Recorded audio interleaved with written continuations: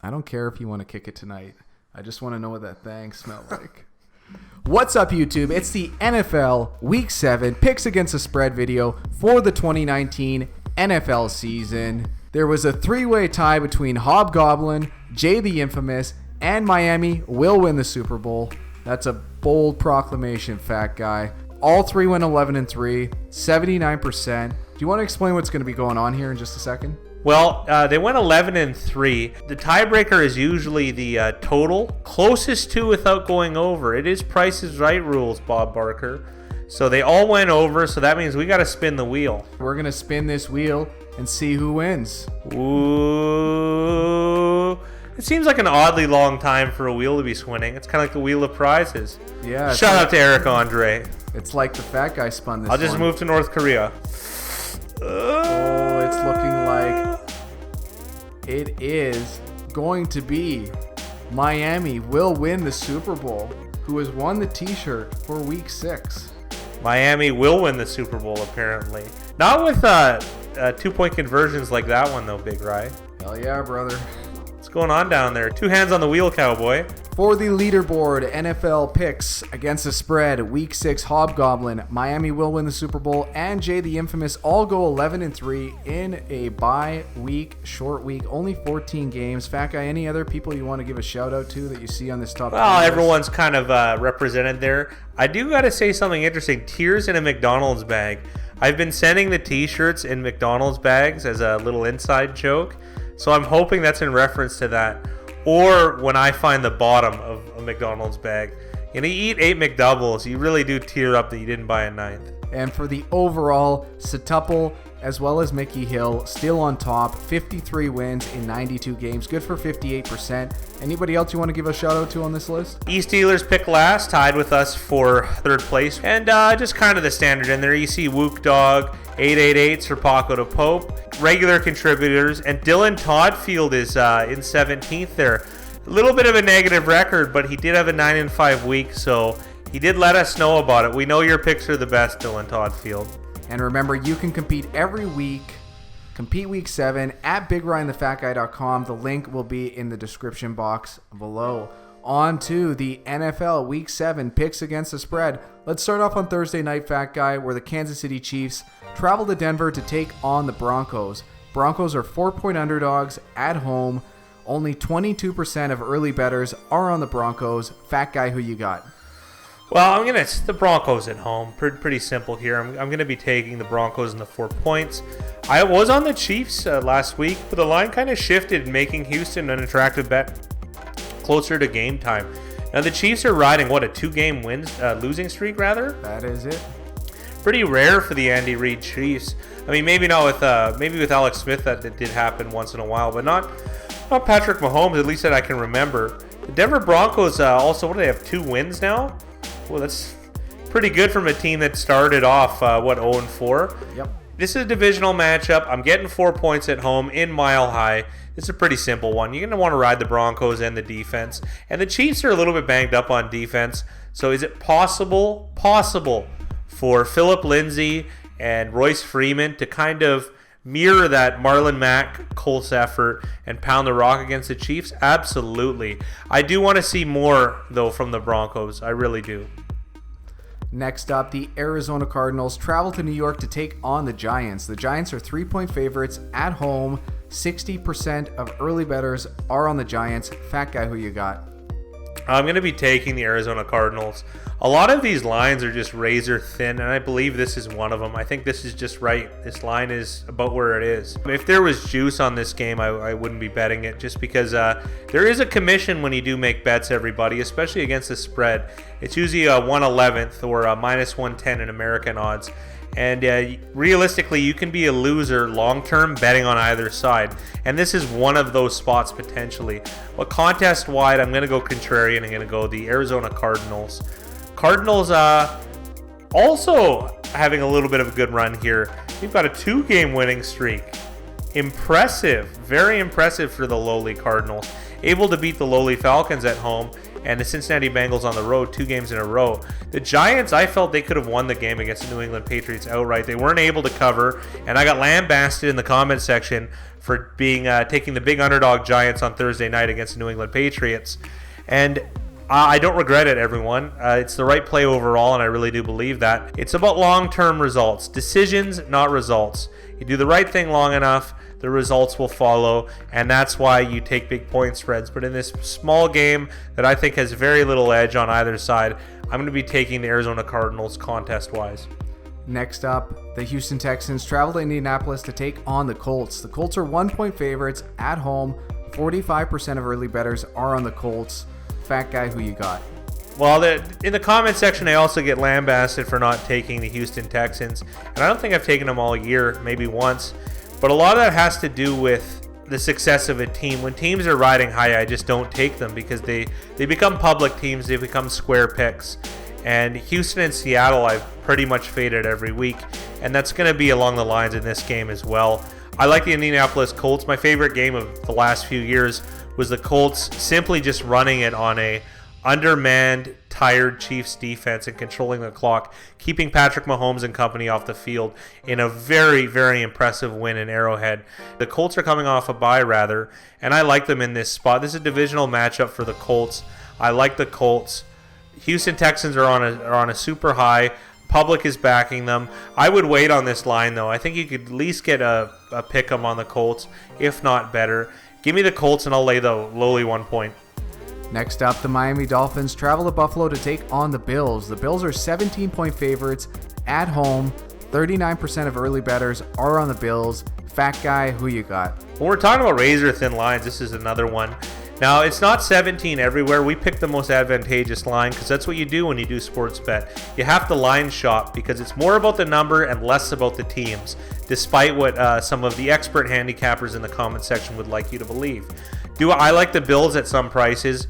That's when you somewhere like 14.5 feels like a Bills price. That gray area is between 15.5 and 16.5. But at 17, I'll take the Dolphins. This game's a little fishy to me though because most of the public percentage is backing the Dolphins. But Big Rye made a very good comment last week that the Miami Washington game is rarely going to be bet on by Joes. Squares aren't interested in that game. They want the primetime games. They want the good teams. This is a game that's not going to be bet between those people very much. So there's very little meat on the bone. That being said, 17 is just too many, despite the public favoritism, if you can even call it a true public favoritism, of the Miami Dolphins. Clearly, I think the Bills are a much better team.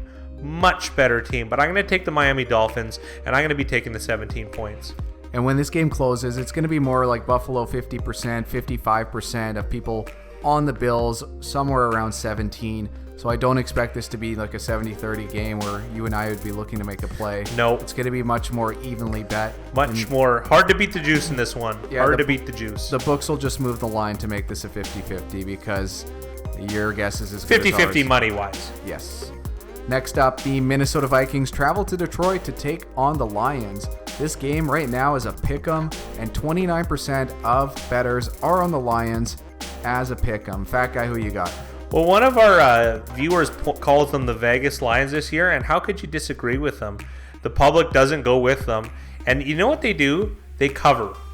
They don't win every game, but they cover. And covering in close games is good, especially when you lose at the death like they did in this Green Bay Packers. A lot of old Browns teams were like that. They never seemed to get the job done, whether they played an excellent team or a bad team, but they always seemed to cover. They just lost by just enough. And that's what I think the Lions don't have very much clout, despite being a very competitive football team.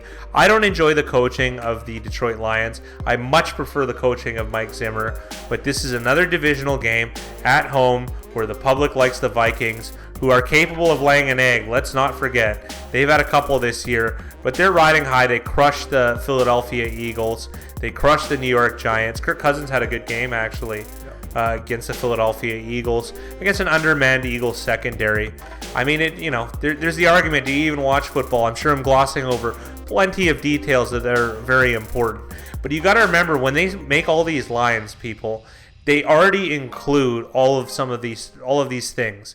It's what it is finding an edge of where the squares leave the money on the table, and this is one of those things. I think this should be a Lions -2.5, a Lions -3, not a Lions pick'em.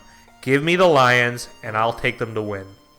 Next up, the Oakland Raiders travel to Lambeau to take on the Packers. The Packers are 6.5-point favorites at home. Only 41% of early bettors are on the Packers. Fat guy, who you got? Well, this is another case of line shopping, like I had mentioned earlier. You always want to get the right price. A lot of books, this number is 7, and you will see that. I don't like this game at 7 whatsoever, but I do like the Packers. So using our ability here, we're going to be shopping that line, finding the best price, and the best price is Packers -6.5. I'm going to be taking the Packers, and I'm going to be laying the 6.5 points. And now you could argue, fat guy, what's the difference between 6.5 and 7? Well, the difference is a push on 7, which is considerable in my estimations. Every percentage point counts in the long run, and you don't want to be a sucker. If I'm laying 6.5 points, I want the Packers. If I'm taking, if the number is 7, if you want the Raiders, you don't want 6.5, you want 7. But in this contest, the line is 6.5, and I'm taking the Green Bay Packers. They had an emotional win at home. I usually don't like betting in those circumstances, but the public is interestingly on the Raiders, who did have a road win as 7-point underdogs against Indianapolis in what was deemed a pretty decent upset, I would say. They are coming off a bye, but I think this there is value on the Packers at 6.5. As well as the impressive win against Chicago in London. In London. So that's in London. That's on people's minds right now. People are high on the Raiders. People kind of lowly on the Packers, who just squeaked by. Perhaps, yeah, despite getting the result that they were looking for. Packers didn't cover, though. Raiders did cover those 2 games. Next up, the Jacksonville Jaguars travel to Cincinnati to take on the Bengals. The Bengals are 3.5-point underdogs at home. Only 17% of bettors are on the Bengals. Fat guy, who you got? Well, this is another case about line shopping. It really is. And this will be the theme for this video. It's a subject that's really important. At some books, this line is at 3, but currently the best one available I can see is 3.5. I'm going to be taking the Cincinnati Bengals. Can you think of a team that has worse clout than the Bengals do? Because I really can't. Maybe the Falcons? Maybe the Falcons right now. I wonder if we'll take them. 3.5 points is a reasonable home expectation. I really think this line should be Bengals +3 at home. Maybe Bengals 2.5. I'd say pick 'em. Pick 'em, yeah. I think Bengals 2.5. 3 is a bet. 3.5 is a decent bet. We'll be taking the Bengals. They were able to cover this past weekend, and the good thing about their cover is it's not convincing. And not convincing gives them more meat on the bone for a Bengals pick this week. I like the Bengals, and this is our bet of the week. You've heard it here. You've heard it here. I was just going to say it's the bet of the week. That guy hit it right on the head, but we love the Bengals, especially at 3.5. Bengals +3.5.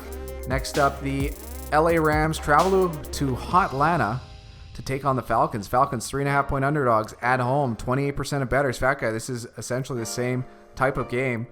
Who you got? The only difference is the Jags are the Jags have more clout almost than the Rams do. The Rams are on what, a 3-game losing streak? Yep.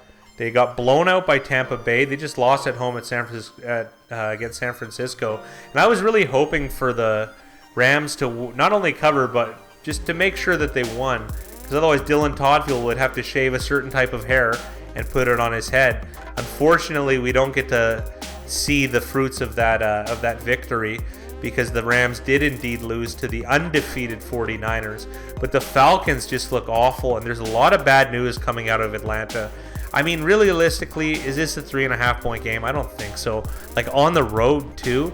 The Falcons do have talent. They are capable. They're in a really big slump. The coach may be playing for his job. Is that a good thing necessarily? No.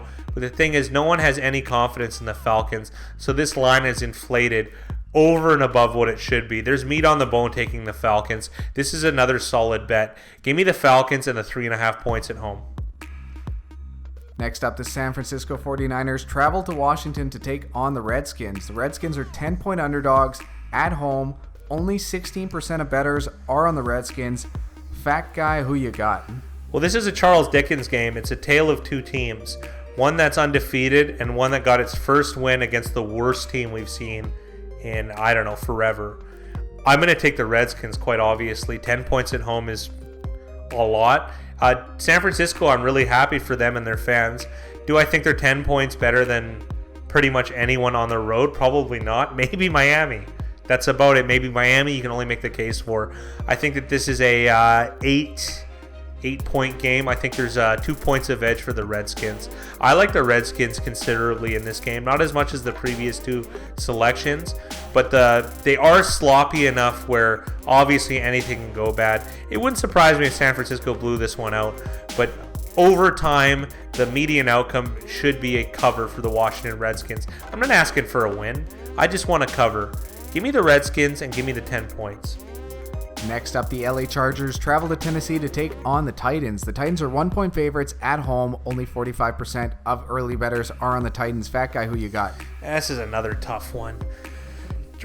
Titans put up a complete stinker in Denver. They lost, 16-0? Unbelievable. Really bad game, but the Titans are always due for that. They're one of my favorite teams to bet on. I seem to get it right pretty often. I fade them in the right spots, like last weekend, or past weekend, when they put the Denver Broncos. Titans are capable of raising their competition to anyone or lowering it. The problem is, though, is they are playing the Chargers, who laid a complete stinker on Sunday night. But it was good for us. We had Devlin Hodges, the duck caller, as they say, and the 7 points. However, though, this is a tough one. This is right on the margin. I like the Tennessee Titans. I think they're going to be winning this football game, and that's really what it is. 1 point is essentially winning the game or pushing, but most likely just a win. I like the Tennessee Titans. I don't mind laying the 1 point. I'd like to see a bounce back from Derrick Henry and company. Allow them to stick to the run. I just found it really curious, though, especially I like how I'm talking about Denver while it's a Tennessee LA Chargers on the screen. Because Denver, they gave up, 220 yards to Jacksonville? Or just for Leonard Fournette in the Jacksonville game. And then they were able to shut down Tennessee, who has one of the best rushing attacks in the league. And you could maybe even argue the best, just because of how north-south and how obvious it is, but still implementable, if that's even a word. Hats off to Vic Fangio for a great game plan, despite losing Bradley Chubb and shutting out the Titans. But I hope the Titans come back hungry, because this tends to be how they are. Give me the Tennessee Titans, and I'm going to lay the 1 point against the running low Chargers. Tennessee should win the line of scrimmage on both sides of the ball. So that's a pretty good indicator when betting the line of scrimmage. Next up, the Baltimore Ravens travel to Seattle to take on the Seahawks. Seahawks 3.5-point favorites at home. 54% of early bettors are on the Hawks. Fat guy, who you got? Well, like I had mentioned before, I seem to never take Houston and never take Seattle, and this will be no different. I'm going to take the Baltimore Ravens. I don't love this game, I got to be honest. 3.5 points seems about right. This is a tough one. This wouldn't be a bet for me, that's for sure. But contest-wise, I'm just going to take the points and take the Ravens. I want to see more Lamar Jackson. This is a really exciting one. I've come to terms to realizing that I actually think Russell Wilson might be the best player in the NFL as far as win percentage goes. He just adds such a dynamic winning value. He seems to make the right play pretty much always, and he has all the skills. Yeah, maybe he's not the best at X, Y, or Z, say throwing power or something of that nature, but he seems to be the best decision maker, at least I feel like. I really like Russell Wilson. I think his performance against the Rams a few weeks ago was absolutely incredible. All of this hype over Russell Wilson, and I'm going to take the Ravens. And I want to see how the Ravens are able to run on the Seahawks in a tough road matchup. It's very, very hard to head to Seattle and get a road victory. I'm not saying that he will, but let's say Seattle by 3. I think that's a reasonable expectation. I'm going to take the Ravens in the 3.5 points. Next up, a game that I really like. Fat guy, I believe you agree with me. The New Orleans Saints travel to Chicago to take on the Bears. The early line is Bears -3. 25% of early bettors are on the Bears. Fat guy, who you got? I'm taking the Chicago Bears. I was really high on the Jags against the New Orleans Saints this weekend, and I was disappointed. It did stay low. New Orleans fans, you got to be pretty happy here. I mean, Teddy Bridgewater is undefeated, but what's more important is your defense is getting it done. New Orleans defense is playing at of the highest levels in the NFL. Yep. I mean, you can make your case for the New England Patriots defense. New Orleans defense is fantastic, but they're going against the reigning champion of Defense of the Year, the Chicago Bears. I like the Bears to have a bit of a bounce back after this bye weekend. They got a little bit embarrassed, I think, in the London game against Oakland. I think that's fair to say. I like the Chicago Bears. I don't mind laying the 3 points. I think the Bears defense is going to be able to pull off a little bit better than the Jags were. The Jags held the Saints to, 13 points? I don't see how the Bears couldn't do better and more on offense. I like the Chicago Bears considerably. And aside from Cincinnati, this might be my my B1 or A2 type bet. I like the Chicago Bears, and I don't mind laying the 3 points. This is definitely a Bear weekend. A weekend we all enjoy. Next up, the Philadelphia Eagles travel to Dallas to take on the Cowboys. Cowboys 3-point favorites at home. 26% of early bettors are on the Cowboys for Sunday Night Football. Fat guy, who you got? So another layup, I think, right here. This is a Dallas Cowboys bet for sure. Cowboys, they lost to the Jets. I know, I took the Jets. Okay? Did they think the Jets were going to win? No. But Darnold, like I said, is a considerable upgrade at quarterback. And the Jets had very little clout going into that game. The public didn't like them. The public liked Dallas. Well, the public doesn't like Dallas, so I like Dallas. The Philadelphia Eagles, their score was misleading because they really were blown out by the Minnesota Vikings. Yes. But they're able to claw back some points at the end of the game that were relatively meaningless.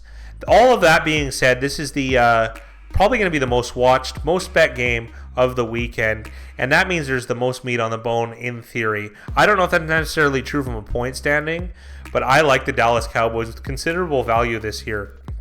The line's at 3. It's such a big gap in winning percentage going from 3 to 3.5. So I don't know if I can predict that line movement necessarily, but I don't think it's going to 2.5.